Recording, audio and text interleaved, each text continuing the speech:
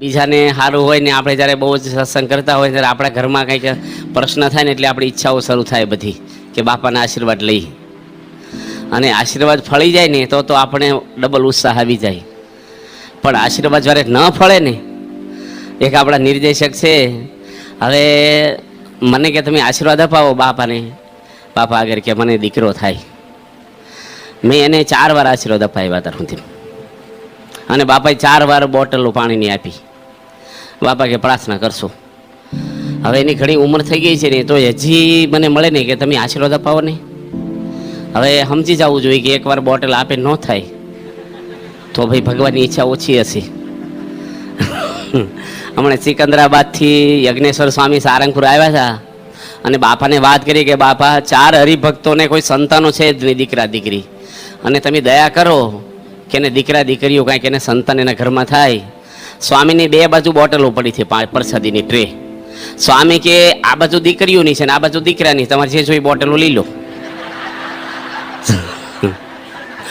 યજ્ઞેશ્વર સ્વામી 2માંથી 2 લીધી, અને છોકરીઓનું હતી ને એમાં એને ટીક કરી દીધી નિશાની માટે. આ બાજુ બાપા બોલ્યા ને આ બાજુ દીકરીઓની છે, અને એ રીતે હરિભક્તોને આપી તો બાપા જે બોલ્યા છે ને આ બાજુ દીકરીઓની બોટલ, એને જે બોટલ આપીને એને દીકરીઓ થઈ છે, અને આ બાજુ દીકરા જ્યાં છે. એટલે એને જ્યારે આપવું હોય ને ત્યારે તો સ્વામી પૂછ્યું નહીં કયા હરિભગત છે ને ભાઈ માળા ફેરવજો ને આમ કરજો, કશું નહીં. અને ન આપવું હોય ને તો ગમે તેટલા પ્રયત્ન કરીએ એ પણ આપણા સારા માટે જ હશે. કારણ કે ભગવાન છે ને એને વાલું કોણ છે? એના ભક્તો વાલા છે. ભગવાન પોતે ગીતામાં પણ ભાગવતમાં કે ગીતામાં કૃષ્ણ ભગવાન એક વાત કરી છે કે મારી અષ્ટપટરાણી ને 56 કોટી યાદવ મને વાલા નથી, મારું શરીર મને વાલું નથી ને, એટલો હે ઉદ્ધવ તું મને વાલો છો, મારા આત્માથી પણ તું મને પ્રિય છો. તો ભગવાનને વાલામાં વાલું કોણ હશે? એના ભક્તો વાલા છે. અને ભક્તોને દુઃખ હોય તો ભગવાન સહન કરી શકે? એ આપણે નથી આપતા, એ પણ આપણા સારા માટે છે. આપણે કોઈ અપેક્ષા રાખવાની આવતી જ નથી. તમારો બાળક કહે છે શિયાળો આવ્યો મને ટોપી લઈ દો, જર્સી લઈ દો, આ લઈ દો. એના મા બાપ એની જરૂર હોય ને એટલી સંભાળ ચોક્કસ લે જ છે. એમ શ્રીજી મહારાજ આપણી બધી જ સંભાળ લેવા જ આવ્યા છે. એક અમદાવાદમાં ચીમનભાઈ વાણંદ છે, અને સિવિલ હોસ્પિટલમાં લેબોરેટરીમાં પોતે સર્વિસ આપે છે. એની પ્રમુખ સ્વામી મહારાજને એક પત્ર લખ્યો કે સ્વામી મારી પાલનપુરમાં બદલી થઈ અમદાવાદથી, અને હજી તો મારે 18 વર્ષ જ થયા છે સર્વિસમાં. આમ તો 5 વર્ષે બદલી થાય. હું લાંચ લૂંચ લેતો નથી, પ્રમાણિક સર્વિસ કરું છું ટાઈમ ટુ ટાઈમ. અને મારે અહીંયા દીકરા દીકરીઓ બોર્ડમાં પરીક્ષા આપવાની છે, હું દૂર જાઉં તો મારે બધું અહીંયા કાર્યકર તરીકે છું, તો સત્સંગની સેવા મને ન મળે, અને ફેમિલીમાં પ્રશ્ન થાય તો તમે દયા કરો.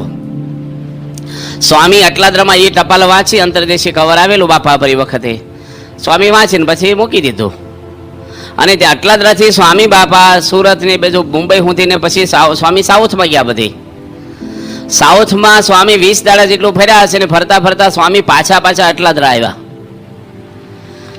3 મહિના થઈ ગયેલા સ્વામી પાછા આવ્યા. ત્યારે એ વખતે વલ્લભભાઈ આરોગ્ય મંત્રી હતા ગુજરાત રાજ્યના. એ સ્વામીના દર્શન માટે અટલાદરા આવ્યા.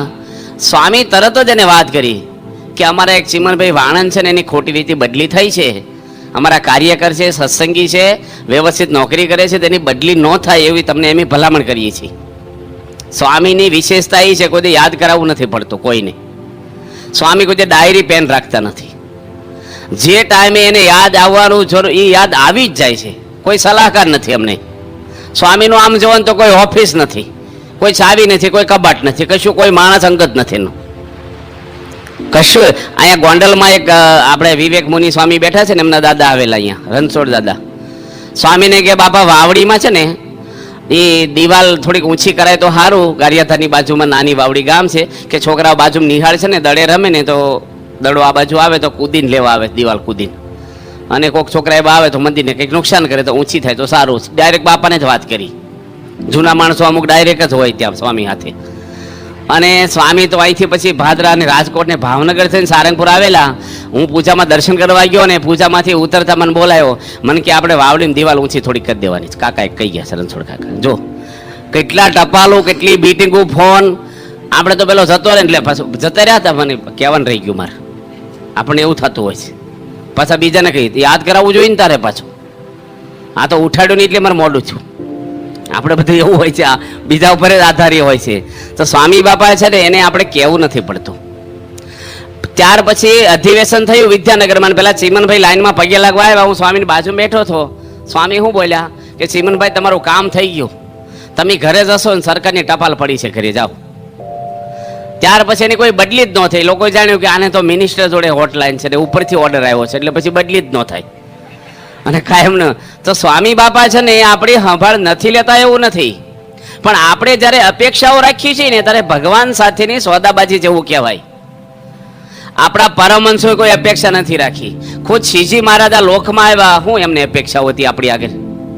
કે તિરસ્કારો અને માર ને શ્રીજી મહારાજને મારી નાખવાનો ઉપાય, ગામ બહાર કાઢી મૂક્યા છે, હેરાનગતિ ઓછી નથી થઈ મહારાજને. આપણા તો શું અપમાનો થાય છે, અને આપણું સ્ટેટસ ને આપણી આ સામર્થ્ય શું છે? ગુણાતીતાનંદ સ્વામી માર ખાઈ ખાઈને સત્સંગ કરાવ્યો છે, હું આપણી આગળ લેવું છું એમને? ગુણાતીતાનંદ સ્વામી નો માર્યા સાવર, હવે ઉગા ખુમાણીને શ્રાપ આપે ને ઉભો હળગી જાય, પણ સ્વામી સાધુતા રાખી છે.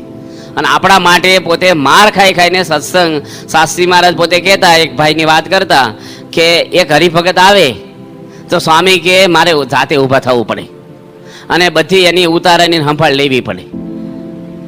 પણ આ મનુભાઈ સારિંગવાળા કે એવા કોઈ બીજા હરિભક્તો એકનું નામ દીધેલું કે એ હરિભગત આવે ને સ્વામી કે મારે ચિંતા જ નહીં, એની મેં તે બધું કરી લે. આપણને હાંચવા પડે ને ક્યાં સુધી આપણે ગરધણી ના કહેવાય. મજૂરોને કેવું હોય કે સમય થાય ને એટલે ખુશ થઈ જાય, 6 વાગ્યા છૂટ્યા.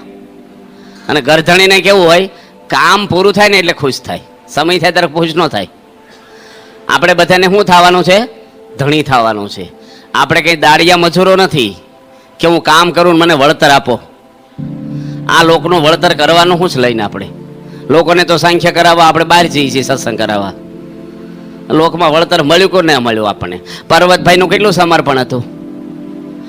7 ગાડા બાજરો ભરીને આપી દીધો, 7 કળશી, અને સર્વસ્વ મહારાજ માટે હતું એનું, તન મન ધન. એકનો એક દીકરો મરણ પથારીને નીકળી ગયા, અને મરણ થયું તો ઘરે નથી ગયા, રસ્તામાં કીધું બીજું કોઈ ઘરમાં મરી ગયું છે તો ભેગો નાઈ લઉં. આવું સાંખ્ય કરીને મહારાજને શરણે બેઠેલા એ વ્યક્તિને 7 દાડા સુધી જમવાનું ન મળે ગઢડામાં. મહારાજે પૂછ્યું નથી, 7 દાડે શ્રીજી મહારાજે પૂછ્યું, પર્વતભાઈને નથી સંતોનો અભાવ આવ્યો કે નથી દાદા ખાચરનો આવ્યો? ડાળિયા ખાઈ લે બજારમાં જઈને કે ન ખાય, કઈ નહીં, બસ કથાર સેવા કર્યા કરે. આજે આપણે કાર્યકર તરીકે હોય તો આપણને એવી થોડીક અપેક્ષા રહે કે બીજા હરિભક્તો કરતા આપણને કંઈક પાયરોટી આપવી પડે, કારણ કે હું વધારે કસાવ છું. એ જે ભાવનાઓ આપણી છે ને એ આપણી સેવાને ઝેર કરી નાખે. બધું કોઈ ઈચ્છા જ ન હોય આપણી, કેવળ હું ભગવાનને રાજી કરવા કરું છું.